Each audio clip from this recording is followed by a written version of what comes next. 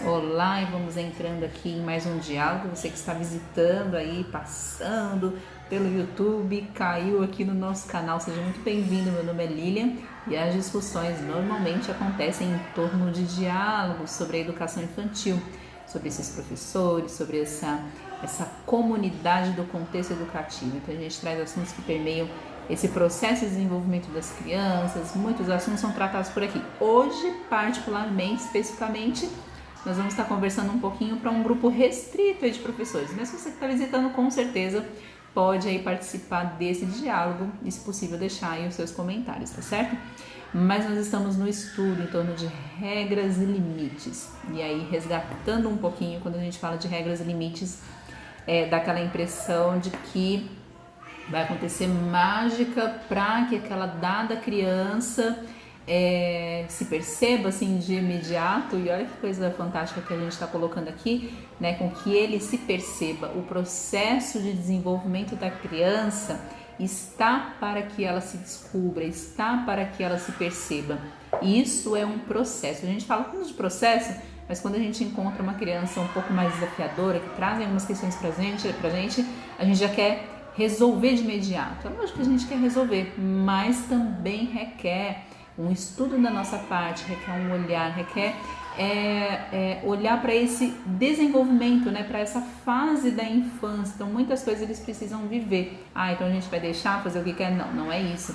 Mas a gente vai estudar cada caso. A gente não coloca as crianças num montante, né, mas a gente coloca as crianças em situações individuais. É olhar essa criança no individual dentro desse coletivo. Então é o que esta criança precisa, como eu vou agir com ela frente a esse comportamento, frente a essa situação. Então são casos que precisam ser avaliados, precisam ser analisados, tá?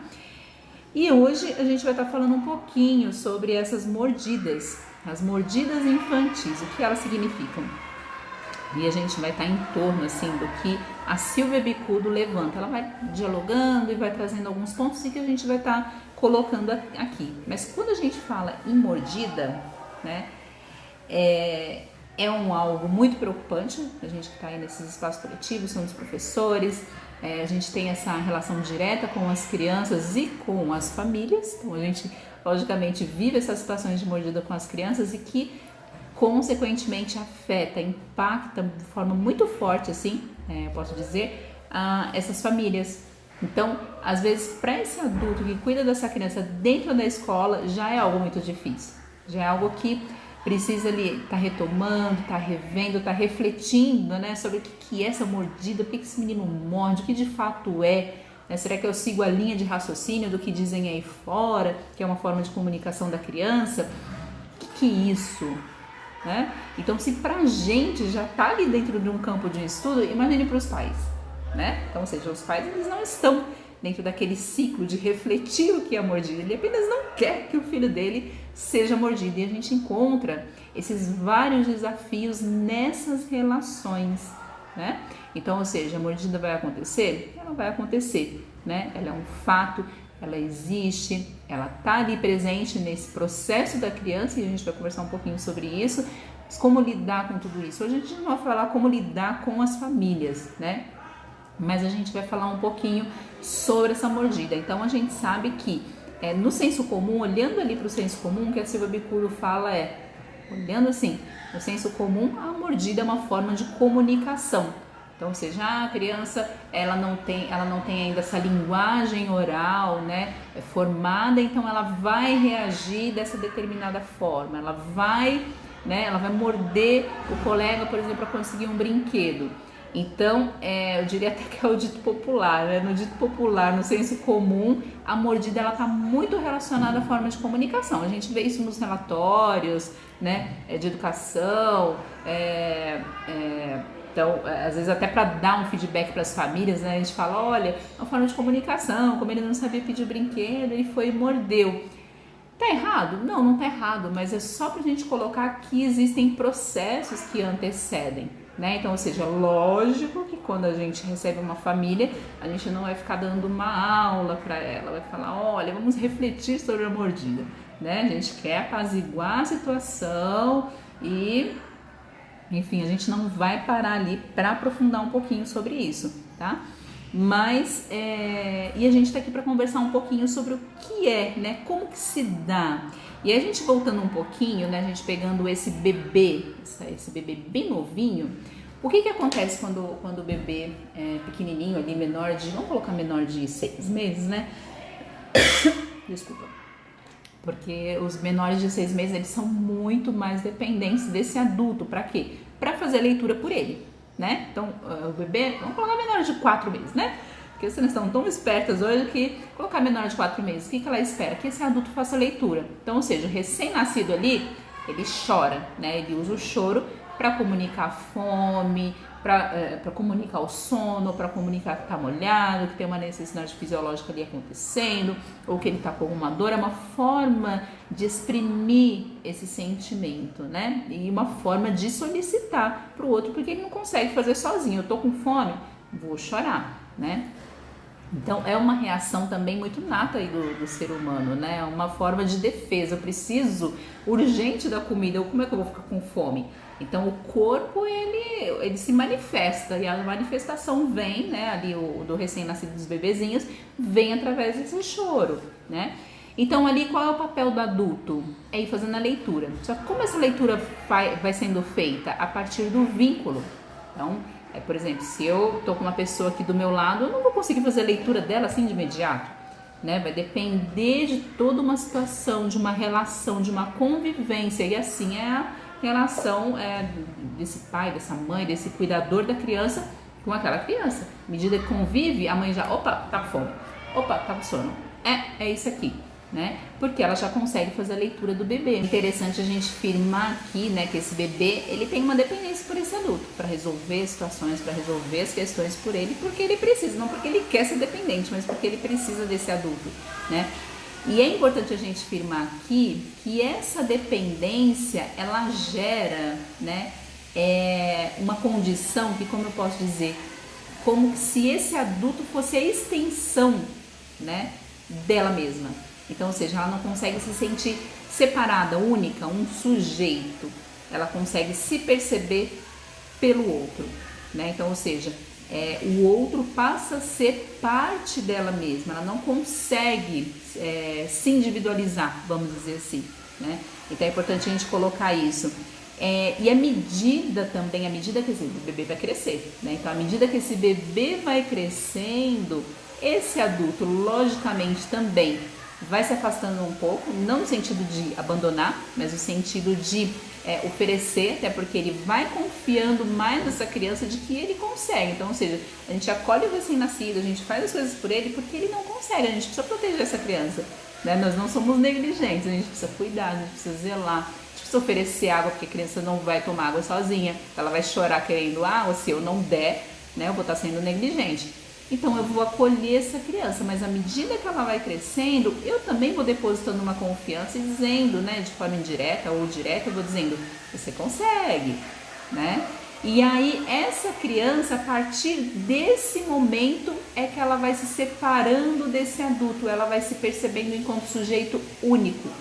Peraí, eu não dependo tanto do outro, eu não sou esse outro, eu sou eu tenho os meus desejos e eu consigo alcançar algumas coisas. Então, a gente pode dizer que ali, né, nesse processo, né, nesse processo de desenvolvimento, à medida que ele vai crescendo, é que a gente tem essa separação, e é que o bebê começa a se perceber, né, diferente do outro. Então, isso é uma coisa fantástica da gente colocar aqui. Quando a criança também começa a se perceber, né, separada desse outro, ela precisa encontrar formas, né? Venhamos e convenhamos que eu não tenho mais esse outro para fazer, para conseguir as coisas para mim. Agora eu preciso, né, encontrar alguns caminhos. Então, como que ela vai fazer? Qual o recurso que ela vai usar? Ela precisa agora, ela está só, né? Agora eu preciso explorar esse mundo. Como que isso vai acontecer? E aí a gente tem essa fase oral. Ela vai conhecer esse mundo, ela vai conhecer, vai explorar por meio da boca, né? Então, a primeira forma ali, é o primeiro meio que ela usa para conhecer as coisas. Então, ou seja, ela quer explorar algo, ela vai sentir, né, aquela textura, aquele sabor, aquela temperatura, né, tudo isso ela descobre que é por meio da boca. Isso porque até pouco tempo ou ainda mama, então ela descobre, né, que ela consegue perceber as coisas por meio da boca. E assim ela vai se encaminhando para conhecer, né, para conhecer esse mundo. E às vezes a gente coloca assim, vamos entrar no caso da mordida, porque é bem interessante, porque como a gente falou inicialmente, né, às vezes a gente vai por um viés. A gente coloca essa mordida apenas como uma mera forma de comunicação, né?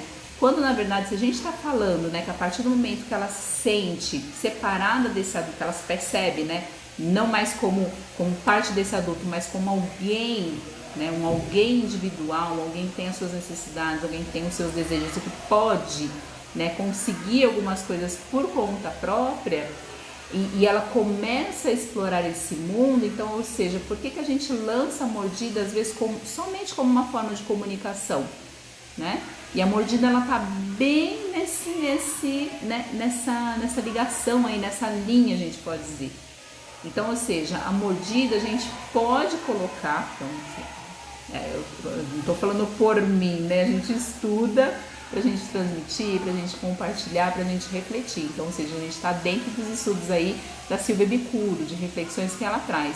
Então, ou seja, se a criança ela está nessa linha, então, logicamente, a gente coloca também essa mordida dentro desse campo de pesquisa da criança. E querendo ou não, é um campo de pesquisa muito interessante para ela.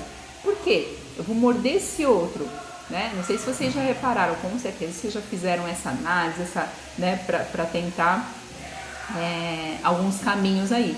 Mas às vezes a gente olha a criança que mordeu, né? Ela fica olhando às vezes para o outro e a gente pensa assim, poxa, ela nem está entendendo o que ela está fazendo, né? Será que ela está entendendo? Eu estou falando com ela, mas, né? E ela olha aquele choro dessa criança. Então, por que tudo isso acontece? Quando a gente para refletir, para conversar, para compartilhar, a gente vai encontrando alguns pontos. Pena que o canal é fechado. Senão a gente ia conversando aqui, né? Sempre os professores, quando eles se reúnem assim, o outro sempre acrescenta as nossas ideias e os nossos estudos. Mas a criança também, já parou para pensar que a criança está testando também a sua força, né? Ela está testando os seus limites, até onde eu posso ir. Ela vai fazer de novo por quê? É engraçado que às vezes a gente fala assim, a criança ela precisa repetir o movimento várias vezes para entender aquele movimento. Sabe aquele bebê que pega, joga a bolinha e você vai lá, ele pega de novo, movimentos repetitivos, né? Então, ou seja, ele precisa estudar aquele movimento, né? E estudar porque que aquele movimento gera aquela dada reação. Então ela precisa repetir para compreender aquilo ali. E por que às vezes uma mordida não que a gente vai permitir ou que a gente, né, gosta que isso aconteça, muito pelo contrário. A gente fala para as famílias que, olha, você está sofrendo, a gente também tá, porque a gente não queria que isso tivesse acontecido, né? Então, ou seja, a gente sente muito também. Mas por que a gente não olha a mordida sobre essa perspectiva, a perspectiva da pesquisa, né? E é um campo de pesquisa muito interessante para os bebês. Para a gente, logicamente, não, né? Mas para os bebês é um campo de pesquisa muito interessante. Eu vou, né, testar os meus limites, então ali até onde eu posso ir, com que força eu posso morder, né? Quando eu mordo muito forte, qual a reação do outro? A gente está aqui focando na mordida, mas é interessante também a gente pensar nos puxões de cabelos, nos empurrões, né? Nessas tantas situações aí que a gente vive meio coletivo. Então a gente está focando na mordida, mas a gente sabe que as crianças ali elas encontram formas, né? Às vezes antissociais de se relacionarem, mas isso por quê? Porque elas estão se encontrando, né? Estão encontrando os seus limites, estão encontrando os seus caminhos. É lógico que o adulto ele tem que estar ali do lado, porque o adulto consciente, né, ele permanece do lado dessa criança para ir mostrando o caminho dessa integração das regras que a gente fala, né? Dessa integração social. Então, como que eu preciso me relacionar com o outro, como que eu preciso fazer parte, né, desse contexto coletivo, é fundamental a presença, logicamente, desse adulto, não só para cuidar né, do físico e da integridade física, mas dessa integridade emocional, dessa força social de conseguir resolver, né, ali à sua medida os seus conflitos e essas tantas situações. Aqui talvez seja um ponto aí de reflexão, porque quando a gente fala dos empurrões, das mordidas, vamos levar isso para a prática, colocar uma situação, vamos supor que esteja acontecendo uma situação ali de, não diria nem de conflito, né? Foi uma situação que aconteceu, fulano foi lá e empurrou o outro. Normalmente quando acontece isso acontece muito dentro dos espaços coletivos, né? A criança vai lá e morde, vai lá e às vezes realmente ele não quer, o brinquedo não está acontecendo uma disputa, ele foi lá e empurrou. E esse adulto, ele usa a seguinte expressão: olha, do nada foi lá e empurrou o colega, do nada foi lá e mordeu, não estava acontecendo nada, não queria brinquedo, não queria nada, foi lá e mordeu. E aí é que está a chave do negócio para a gente, né, criar uma reflexão aqui. Por que a gente fala então que a mordida é uma forma de comunicação, né? Comunicar o quê? Se eu falei que do nada ele foi lá e empurrou, então, ou seja, ele não queria comunicar nada, ele não queria o brinquedo do outro, né? Então, que comunicação é essa que a gente acaba, né, fazendo essa ligação, essa junção aí de ideias? Ele mordeu, ele está querendo comunicar algo, né? Ele está querendo o brinquedo, ele está disputando o brinquedo, quando na verdade, né, esse do nada é uma reação. Ele quer descobrir esse movimento, ele quer se perceber de alguma forma dentro daquele contexto. Vocês percebem? Então talvez aqui a Silvia Bicudo já esteja dando um alerta: olha, não faça a interpretação a partir do que você está vendo, de uma análise superficial ou de um senso comum. Estude o que de fato está acontecendo ali, né? Que movimento é esse que a criança está fazendo naquela dada situação, porque a gente não vai tratar a mordida num contexto macro, né? Como eu falei no início, ela requer um olhar bem detalhoso para aquela questão que é muito específica, que é situacional. Então, cada caso de mordida precisa ser tratado, né, de forma diferente. Então, é uma chamada de atenção aí que ela faz para, olha, não parte para o senso comum, não parte para o, né, eu tô com pressa, estou olhando rápido, vou agir rápido, tudo bem que às vezes, né, na dinâmica da rotina, do cotidiano, mas é preciso, não é uma justificativa, né? A gente nunca tem que justificar, a rotina é corrida, não dá tempo de fazer toda essa análise.